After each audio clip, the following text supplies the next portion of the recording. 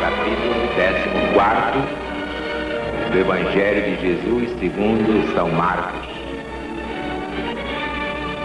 2 dias depois era a Páscoa e os pães asmos, isto é, sem fermento. Os principais sacerdotes e os escribas procuravam algum meio de prender Jesus à traição para matá-lo. Porque diziam, durante a festa não, para não haver revolta do povo contra nós. Estando Jesus em Betânia, sentado à mesa na casa de Simão, o que fora leproso, veio uma mulher trazendo um vaso de alabastro com preciosíssimo perfume de nardo puro e, quebrando o vaso, derramou-lhe o perfume sobre a cabeça. Alguns se indignavam, dizendo: mas para que esse desperdício? Perfume podia ser vendido por mais de 300 denários e ser distribuído esse dinheiro aos pobres. E falavam mal contra ela.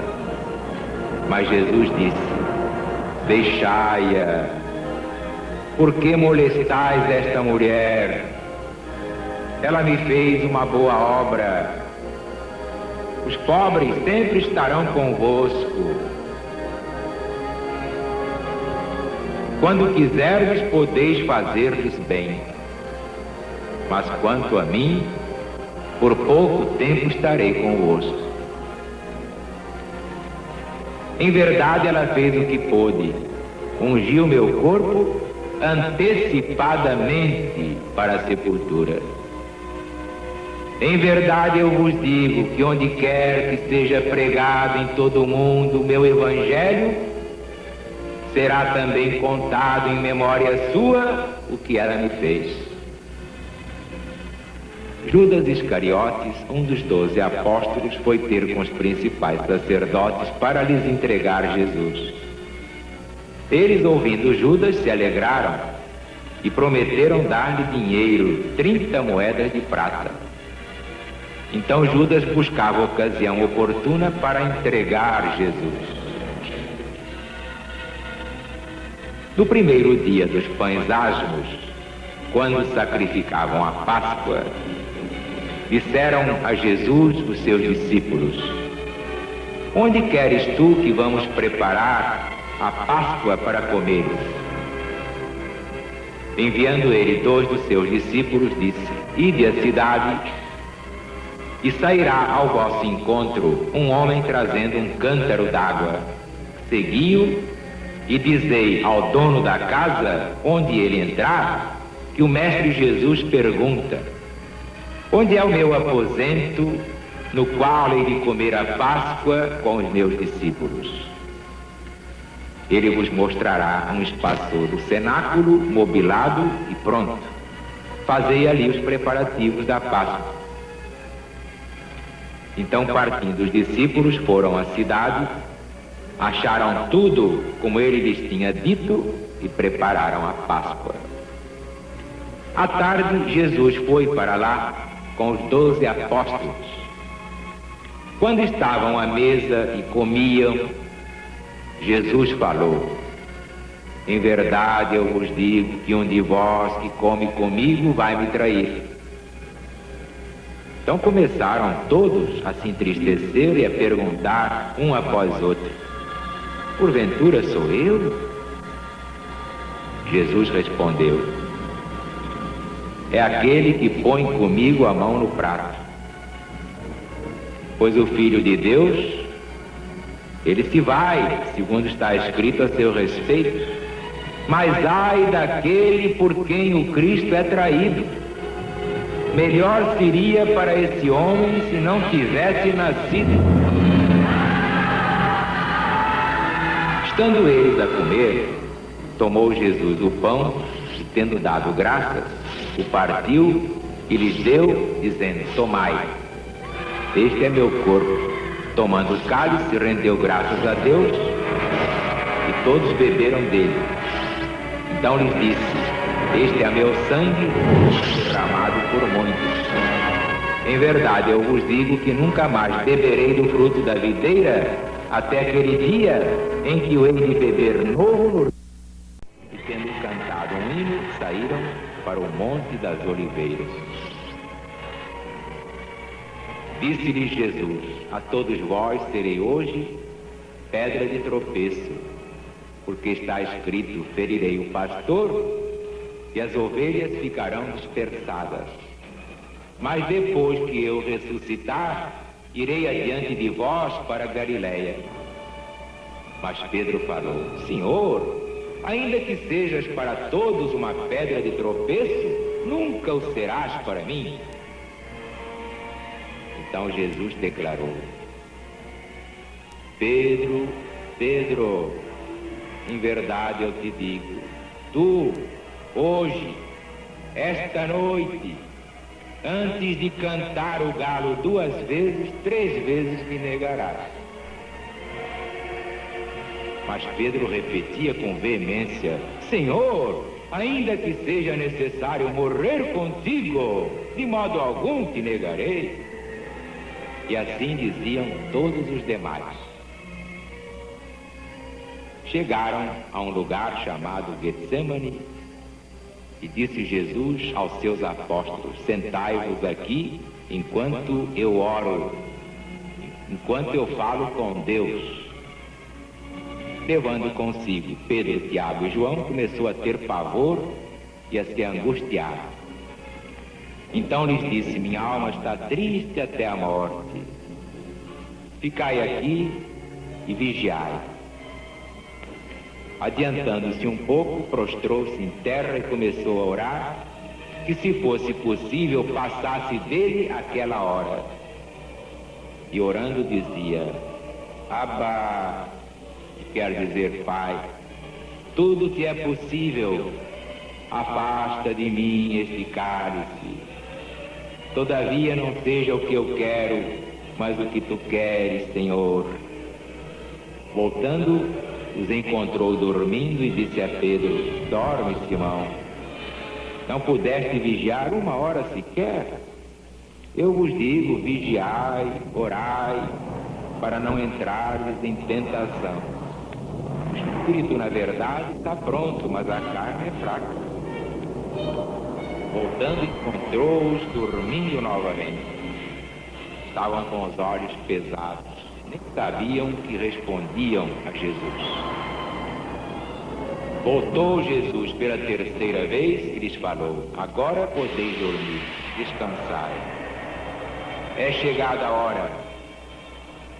Cristo está sendo traído nas mãos de pecadores. Levantai-vos, vamos daqui. Já se aproxima aquele que é o meu traidor. No mesmo instante, enquanto ainda falava, chegou Judas Iscariotes, com ele uma multidão armada de espadas e varapaus, multidão enviada pelos principais sacerdotes. O traidor lhes tinha dado um sinal dizendo: aquele a quem eu beijar, esse é que é Jesus. Prendei-o e levai-o com toda a segurança. Havendo chegado, aproximou-se logo de Jesus e disse: Mestre! E o beijou. Então eles lhe puseram as mãos e o prenderam. Pedro puxou da espada e, dando um golpe no servo do sumo sacerdote, lhe dessecou uma orelha. Mas disse Jesus: viestes armados de espadas e varapaus para me prender, como se eu fosse um salteador? Todos os dias eu estava convosco no templo, ensinando, e não me prendestes lá? Mas isto é para que se cumpra a Escritura. Todos o deixaram, todos fugiram. Jesus ficou sozinho. Seguia Jesus um moço coberto unicamente com um lençol, e o agarraram, mas ele, largando o lençol, fugiu. Levaram Jesus à casa do sumo sacerdote. reuniram-se todos os principais sacerdotes, escribas e anciãos do povo. Pedro o seguia de longe até dentro do pátio da casa do sumo sacerdote. Estava sentado com os oficiais de justiça, aquentando-se ao fogo. Os principais sacerdotes e todo o sinédrio buscavam testemunho contra Jesus para entregá-lo à morte, mas não achavam. Porque muitos depunham falsamente contra Jesus, mas seus depoimentos não eram coerentes. Depois, levantando-se alguns, davam falso testemunho contra ele, dizendo: nós ouvimos Jesus dizer: eu destruirei este santuário feito por mãos de homem, em 3 dias construirei outro, não feito por mão de homem. Mas nem assim era coerente seu testemunho. Levantando-se o sumo sacerdote no meio do sinédrio, interrogou o Senhor: então, Jesus, nada respondes? Não ouves o que depõem estes contra ti? Mas Jesus se conservou calado, não disse palavra. Tornou a perguntar ao sumo sacerdote: então, és tu o Cristo, o Filho de Deus? Jesus respondeu: eu sou. E vereis o Filho de Deus sentado à mão direita do Todo-Poderoso e voltando nas nuvens do céu. Então o sumo sacerdote, rasgando as suas vestes, disse: não há mais necessidade de testemunhas? Ouvistes a blasfêmia? O que é que vos parece? Então todos o julgaram réu de morte. Alguns começaram a cuspir nele, a lhe tapar o rosto, a lhe dar punhadas e a dizer: adivinha, Jesus, quem foi que te bateu? E os oficiais de justiça receberam Jesus a bofetadas. Estando Pedro embaixo, no pátio, veio uma das criadas do sumo sacerdote, que vendo Pedro a se aquentar, o encarou e disse: oh, tu também estavas com Jesus o Nazareno? Mas Pedro negou, dizendo: não sei nem compreendo o que dizes, mulher. Saiu para o alpendre. Vendo a criada, tornou a dizer aos que estavam ali: esse aí é um deles. Mas de novo Pedro negou. Pouco depois, os que ali estavam disseram novamente a Pedro: certamente tu és um deles, pois também és galileu. Pedro, porém, começou a praguejar e a jurar: não conheço esse homem. Imediatamente cantou o galo pela 2ª vez. Então Pedro se lembrou da palavra que Jesus tinha proferido: Pedro, Pedro, antes de cantar o galo 2 vezes, 3 vezes me negarás. Então Pedro, caindo em si, começou a chorar amargamente.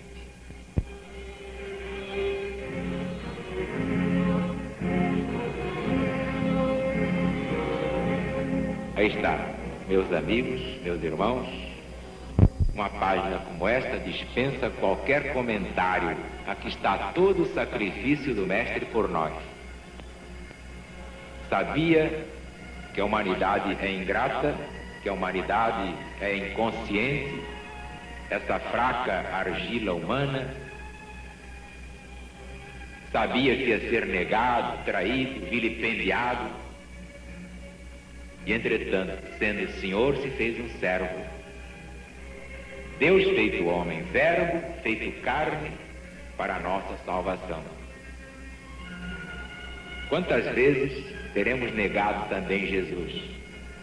Toda vez que não cumprimos nosso dever, estamos negando Jesus. Toda vez que não cumprimos o novo mandamento, estamos negando Cristo. Esse remorso eu não vou levar. Prefiro que me joguem pedras, me chamem de tudo, mas eu estou dando o recado.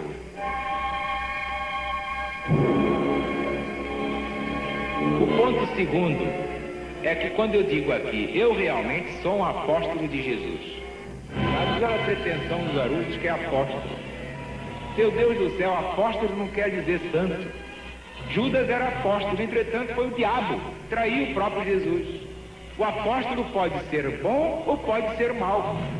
Está aí a prova dentro do Evangelho. Quer dizer que a falsa humildade é pior que a hipocrisia. E eu não gosto de falsa humildade. Gosto de almas limpas, corações limpos. Esse é que vem a Deus, diz o próprio Jesus. O ponto terceiro é quando Jesus se refere ao pão e ao vinho. Quer dizer, o corpo e o sangue. Isso aí deu origem a muita interpretação esquisita, até o tempo atual. Muita gente tem interpretado essas palavras de uma forma que não é a verdadeira. Porque o que Jesus quis dizer é que devemos comer o corpo dele, sim, o seu evangelho. Deve ser o nosso alimento. Nosso sangue deve ser a sua palavra, a sua doutrina.